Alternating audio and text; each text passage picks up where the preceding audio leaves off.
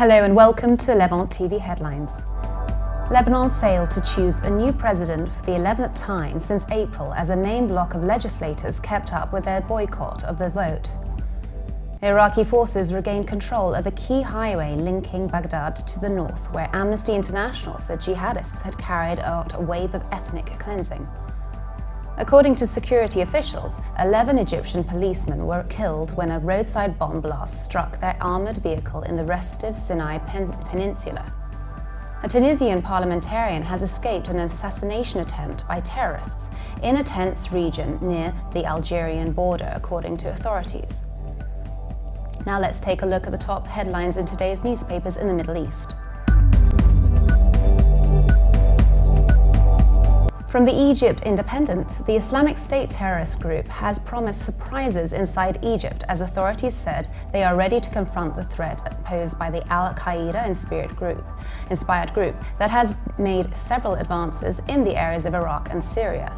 The paper also reports that 9 people died on Tuesday at a military institute at Ismailia in a stampede as cadets were being visited by their families. The Khaleej Times reports that for the second consecutive year since the global financial crisis, the UAE's total workforce has registered an increase, the Ministry of Labour said in a recently issued report on its achievements and gains. The paper also reports that the number of cases of thalassemia, inherited blood disorder, in newborns in Dubai has drastically reduced due to the rise in awareness levels and compulsory premarital screenings for couples.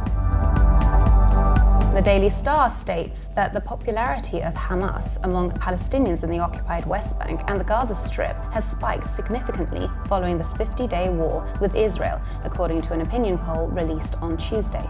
Additionally, the paper writes that public school contract teachers demanded that civil service exams be restricted to current instructors and that they be paid overdue wages in a protest Tuesday at Beirut's Riyad al-Sol Square.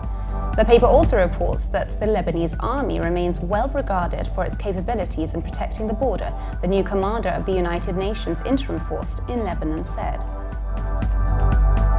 Now let's take a look at the top Middle East headlines from the UK papers.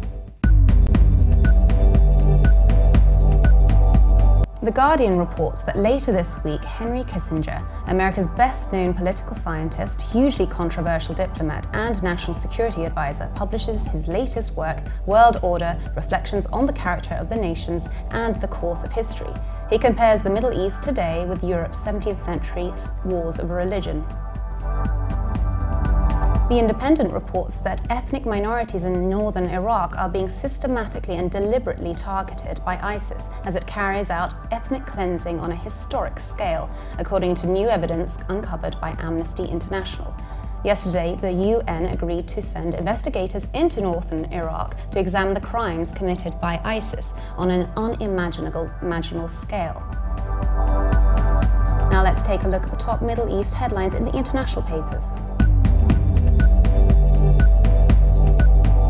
The New York Times writes that Islamic State in Iraq and Syria, the extremist militant group, now almost universally vilified for atrocities that include boastful beheadings, summary mass executions and enslavement in the areas it aspires to control, has also attacked enemies with cluster bombs and the banned weapons that kill and maim indiscriminately, Human Rights Watch said on Monday. From the Global Times, gunmen of the Yemen-based Al-Qaeda branch on Monday executed 3 local residents accused of collaborating with the United States in southern eastern province of Hadramaut. The Al-Qaeda-linked account on Twitter, Ansar al-Sharia News, said the 3 men were killed because they provided the whereabouts of Islamic jihadist fighters to American enemies. And for more updates, please visit levant.tv.